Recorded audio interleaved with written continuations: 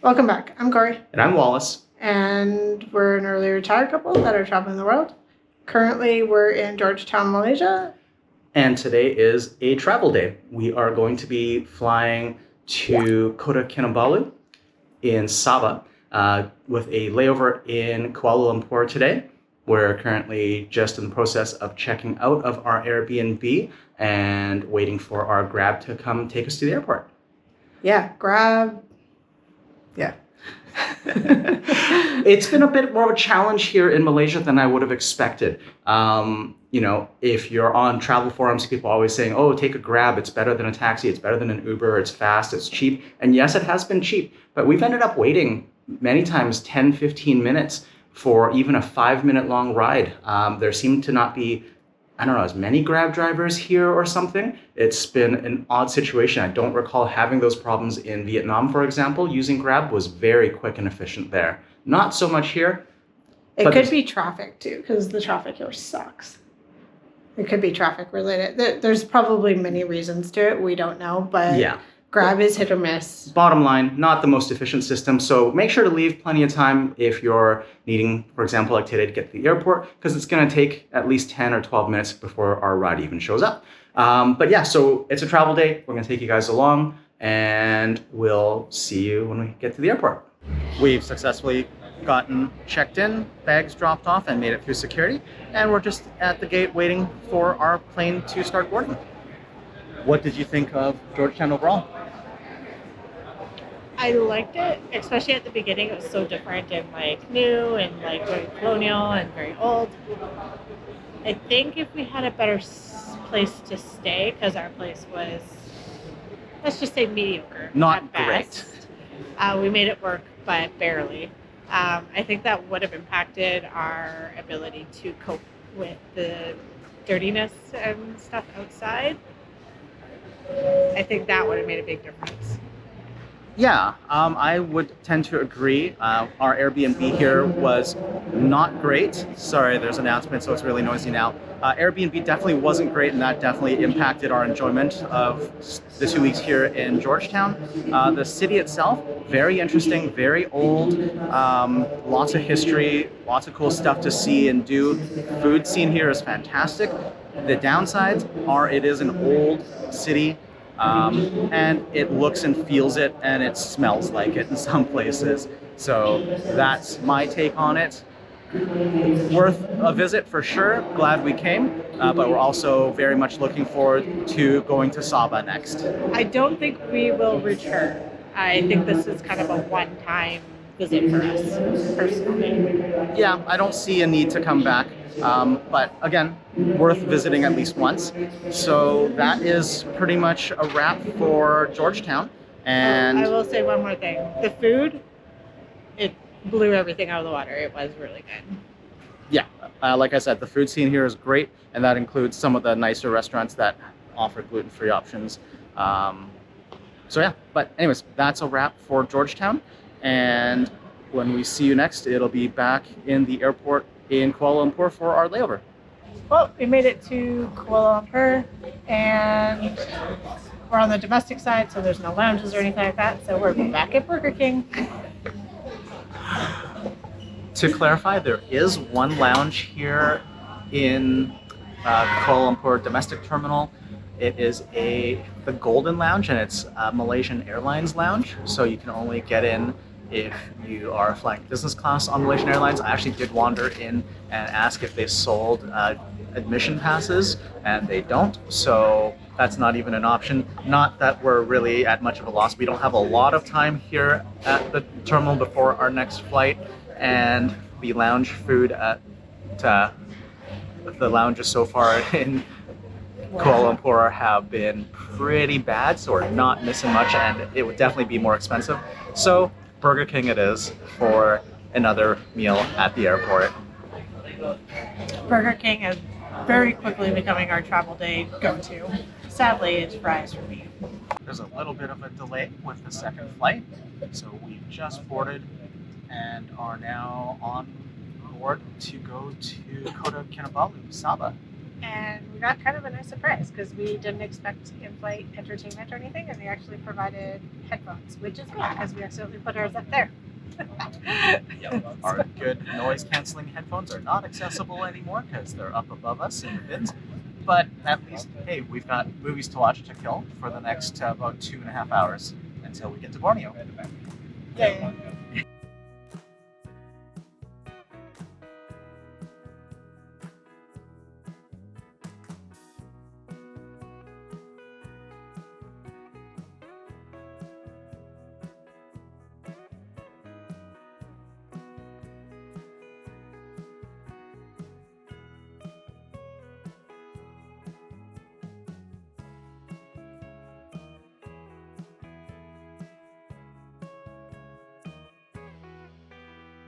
We've made it to Sabah. We are currently at the airport. We've gone through another passport control and got another stamp, even though we came here on a domestic flight. I don't know, I thought that was kind of weird. Don't really have an answer, but the only thing I can think of is because it's a different province. We watched a video of another couple and they said if you enter Sabah first, it doesn't necessarily translate. You can be in Malaysia for 3 months by going back to Kuala Lumpur. So I'm not sure. I don't know the immigrations and stuff. So Yeah, so at any rate, we do have another passport stamp. We are now in Sabah here at the airport, and we're gonna take a grab to our Airbnb in Kota Kinabalu, which is the capital city here. and we had a meal on the flight. We were very surprised by it, so I didn't do a special meal. Unfortunately, I was unable to eat. I didn't trust anything. So Wallace has had food. I haven't. We didn't film it. It wasn't that exciting. Nothing exciting. It was okay as far as economy class meals go. Yeah, I didn't even recall there being a meal. I didn't see any way to book a special meal when we booked the flight. Maybe it's something we missed. I was booking a whole bunch of flights at the same time, so it's very possible that I missed that. But at any rate, we'll get a grab, we'll get to the Airbnb, and then we've got to go find ourselves some dinner after that. It is much, much later now, as you can tell from how dark it is behind me. We had some challenges in our checking into our Airbnb. Bunch of issues, primary of which is that our key card to get us into the building didn't get us into the building, and we had to wait around, get that sorted out. A whole bunch of other stuff that we're gonna deal with later. So it's much later now. We are probably not gonna do the room tour today. We'll leave that for tomorrow. We can do that in the daylight.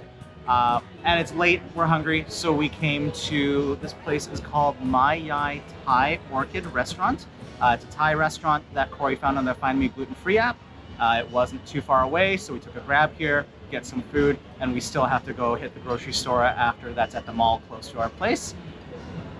Yeah, travel days sometimes can be a little bit challenging, and I definitely don't do well with that. Gonna have to learn to roll with the punches and deal with those kind of issues as they come up.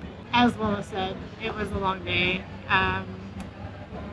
The Thai restaurant, at least the server knew gluten-free. As soon as they showed them the card, they knew exactly what it was required to make it safe. So yeah, it should be decent. And as far as all the issues with the Airbnb, it's just really interesting because Airbnb, when we were doing the research, it seemed like everybody was moving away from Airbnb because of all the issues that they were having.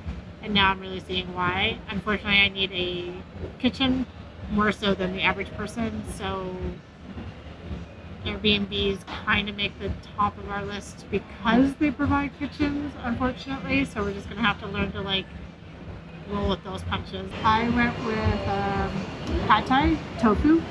So let's see here. They said that they switched the noodle because the regular noodle had meat, which doesn't make sense to me. So it's not a traditional Thai. It looks like vermicelli instead.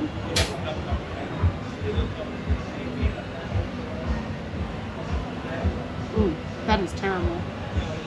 Definitely not a win. Ooh, that's gonna be really hard to eat. I just tried a bite of that pad thai. It's not great. but it is far from the worst we've ever had, because the worst we ever had was the two of us with some new friends we met at a little restaurant in Koh Tao, Thailand, that we just happened to try. And all four of us ordered pad thai that night, and it was god-awful. The worst pad thai any of us had ever eaten. None of us finished our plates that night. It was so bad. So this, by comparison, wasn't that bad. So I've got pad see ew, which is just a stir-fried rice noodles with beef and vegetables, and stir-fried with a soy sauce. So I'm gonna give that a try. Not the worst I've ever had. Not the greatest. It'll do. I'm hungry. Thinking back to that night that we had the really bad pad thai in Koh Tao, you know who you are if you're watching this. The only thing I remember was one of you saying, "Well, if we end up sick, all of us end up sick tonight. We'll know why." We've noticed a trend. Restaurants that are in these really busy bar type street districts tend not to be very good. Now, this was our first night here arriving in Kota Kinabalu. We didn't know what we were getting ourselves into. Didn't have time to check reviews because of the delays with the Airbnb and all that. But yeah, turns out that this restaurant's in one of those areas where you've got bars all along the waterfront here. You can probably hear the really bad karaoke singer in the background. And not surprisingly, the food was mediocre at best. The best thing I can say about my meal was that I ate most of the plate. Cory, however, can't even say that much. I really hate wasting food, so it takes a lot for me to be, I can't eat that. Today is one of those days. The more I ate it, the worse it got, and I don't know what's up with the tofu. It's got really weird flavor, and I unfortunately just have to walk away from this one. So there you have it. My Yai Thai Orchid restaurant here in Kota Kinabalu. We would give it a pass. Okay, little follow-up to the restaurant there. We've got our bill. Cory mentioned to our server that that was the worst pad thai she's ever had personally, which I still think is wrong, but that's, I mean, Cory thinks that was bad or worse than the one in Koh Tao, so yep, that's what it is. So he came back mentioning that, oh, he was very sorry, he was very apologetic, and the reason that that pad thai tasted so bad, they were very worried about the gluten-free, so they took out the oyster sauce, because oyster sauce contains gluten. Which is fair, which is fair. So I'll give them credit for that they did know enough to remove the oyster sauce, which contained gluten, so they didn't poison Cory. My issue, I guess, is one, pad thai should not taste that bad without oyster sauce in it. Two, pad thai shouldn't have oyster sauce in it to begin with. And I'm pretty sure if anyone who's Thai is watching this right now, you're going to agree with me, because pad thai should be tamarind, fish sauce, palm sugar, you know, as the flavor base. You know, your sweet, salty, chilies. sour, and chilies and lime and oyster sauce. Oh, yeah. Thankfully, they took it off the bill, so I'm really thankful for that. So just a heads up, if you really need food, it's a place you can go.